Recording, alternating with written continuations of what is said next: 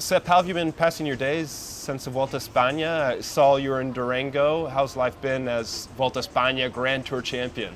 Oh, it's been good. It's been a pretty long but enjoyable off season. Yeah, a few days, week after the Vuelta, we went on vacation in Menorca, just disconnected a while, and yeah, ate good food, spent time at the beach, and just driving the moped around beach to beach, and yeah, my wife and I just enjoyed things, and everything slowed down a bit, and that way we could kind of realize what happened and reflect a bit. And then yeah, went back to the U.S., stayed in my hometown in Durango, and that was really nice. Being back there, it's interesting and cool because it's just normal life. I really feel just like a normal member of the community there.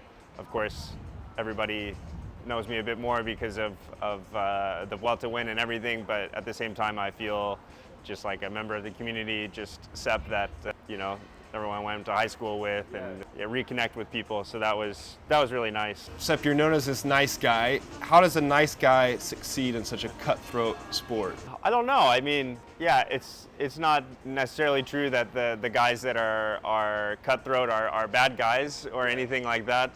Or are you a nice guy? Are you just a bad guy on the bike?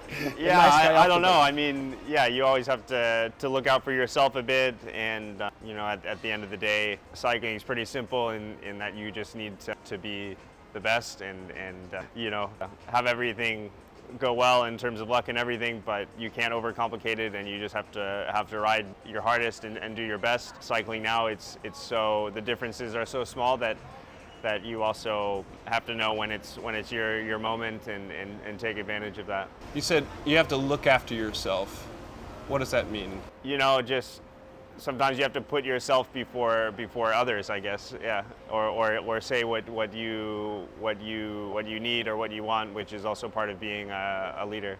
And that, I think, maybe you're reflecting a bit on what happened at the Vuelta or in general. But can we talk on that? What happened on the Bejas stage? What happened on the Angliru stage?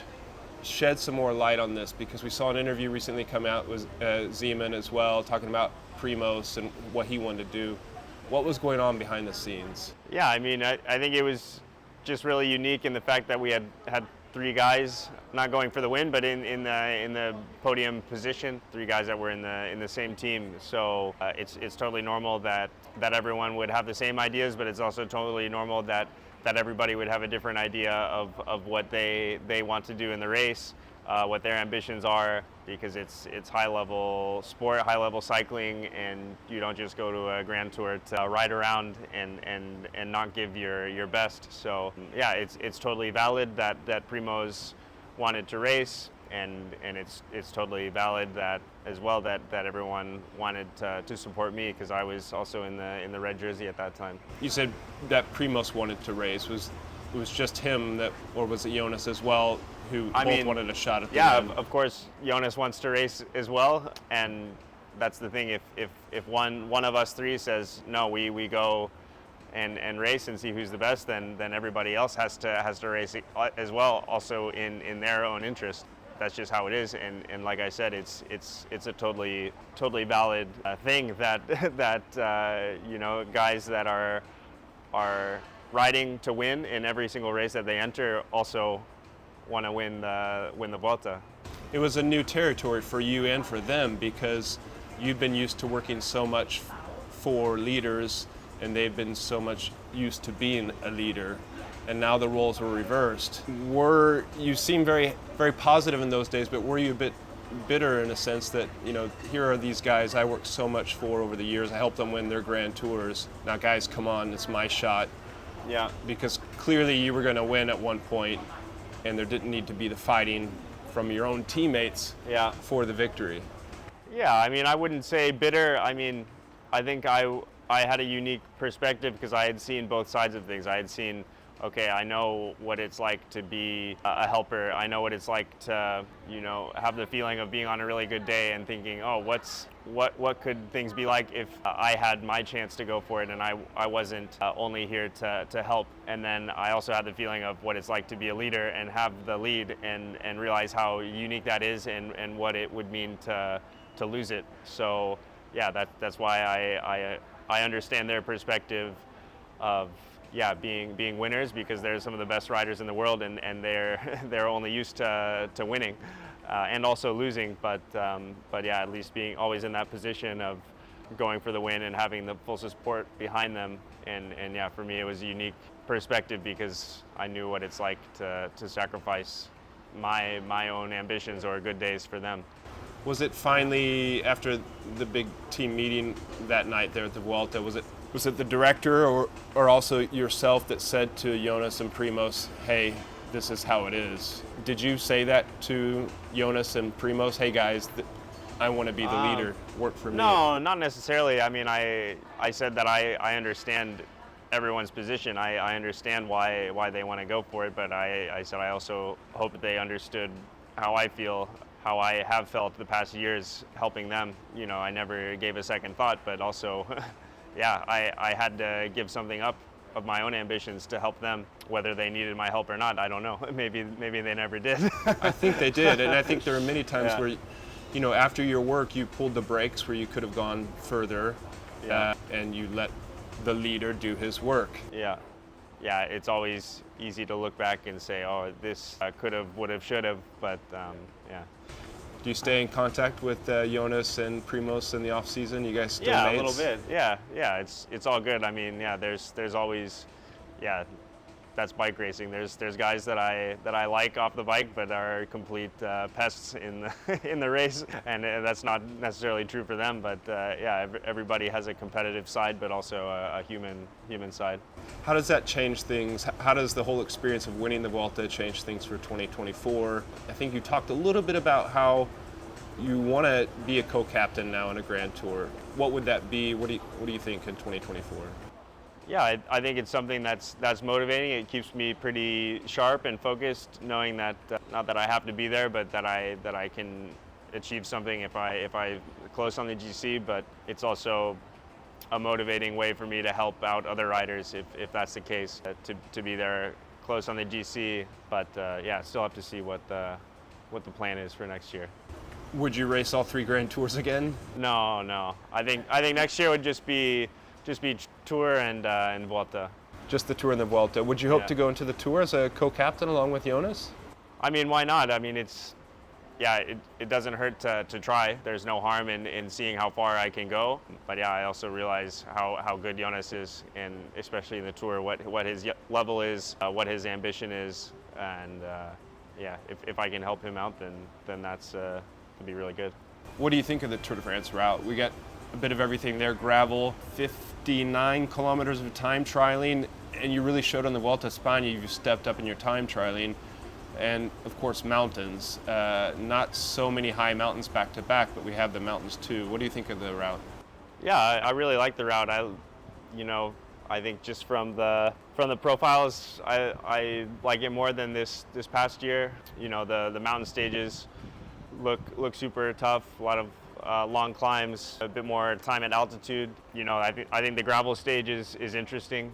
It's I think it's fun. It's cool to have You'll like gravel it. stuff, but yeah, it's also it just adds a lot of stress, especially in a Grand Tour, which I don't know. I mean, it definitely has its place in cycling, but in a Grand Tour, it's hard to say if it's better or not. I mean, for sure it's better than cobble stage, but I think it's pretty balanced. Have some bit more time trialing in there.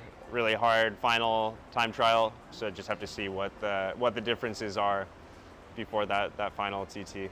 What do you need to work on to be at the level to be a co-captain, to have another shot like you did in the Vuelta a España? Because you've been given opportunities in the past to lead in stage races, and it never quite worked out for you, where everything came together in the Vuelta a España. But I'm assuming you still need to make some progression. How do you see those steps being? I think most of it was just a result of being physically good enough, you know, and being in that position where there was no other option than to keep going and give everything I had every stage. Usually, in a time trial, there's no reason for me to go hard. Most mountain stages, once my work's done, there's no reason to go hard anymore. But in the Vuelta, I knew once I really had something to lose that yeah, I had to suffer.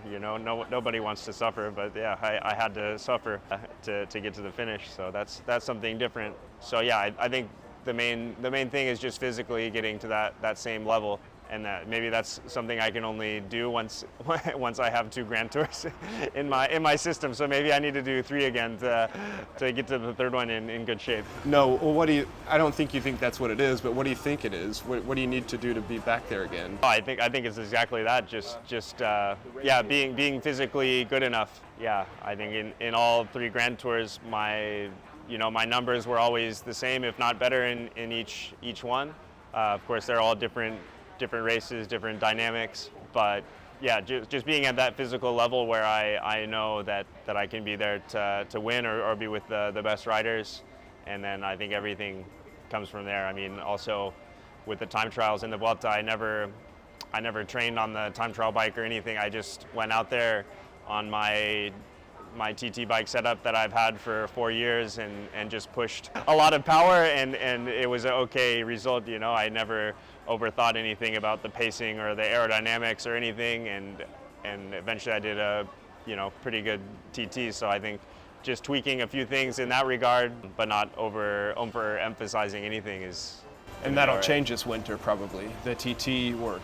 Yeah, maybe, yeah, but I don't think I'll train too much on the time trial bike anyways. Just keep it like it is. More wind tunnel stuff, more try to work on your position though, or? Yeah, maybe. Yeah, it wouldn't hurt, but also, yeah, you still have to be able to be somewhat comfortable on the bike and see what that position is. But yeah, it'd be interesting to see if there's anything more to gain. Circling back to the Vuelta a España, the Havalambra stage. So, yeah. Could you have won the Vuelta had Soudal Quick-Step not let this massive escape go? And you think, well, why did they let that escape go, Sepp Kuss in it? Could you have won the Vuelta had that day not happened? Oh, it's hard to say. I mean, I definitely wouldn't have had that time advantage, and I wouldn't have been that close to the red jersey. And I think, in the days after that stage, once I was in the red jersey, then that's when something changed mentally, where I knew that, yeah, I was in a position and I didn't want to lose that position. If I hadn't have been in the red jersey, then I would have said, okay, yeah, well, let's go easy here, let's go easy there. I would have taken it a bit easier on myself. Now you know what it feels like, but now, because something clicked after that day, and that click maybe will stay with you into 2024 and in the future. Yeah, I hope so. I mean, I think I learned a lot about myself mentally, and I also realized that, yeah, of course, the pressure was different because my biggest rivals were my teammates rather than riders from other teams. So that made it, let's say, easier mentally. But yeah, I realized the pressure just comes from inside in the end, not anything more or different than just being a support rider. I know what it's like to lead a race and everything that comes with that. So if I can just be as good physically, then I can try for that again. What do you send Mikel Landa for Christmas? I don't know. I have to ask him what's on his wish list. He saved your bacon that day. Yeah, whether intentionally or unintentionally, but worked out well. Yeah, it worked out. Yeah. Just final thing on Matteo Jorgensen joining Jumbo-Visma. What do you think about hooking up with him, and what's that going to mean for you guys? Yeah, I think it's super good. He's another guy that's really versatile. Super good in the classics, really strong in the week-long races. So yeah, I'll be interested to see which races he does and which races we can do together. And yeah, he's a super good guy, and I think it'll be fun to have. Yeah, it's nice that the team's always a bit more international every year. It still has a Dutch culture, which is nice. It has an identity, but also it's cool to share that with different people, different nationalities. Sepp Kuss, thank you. Thanks, Gregor.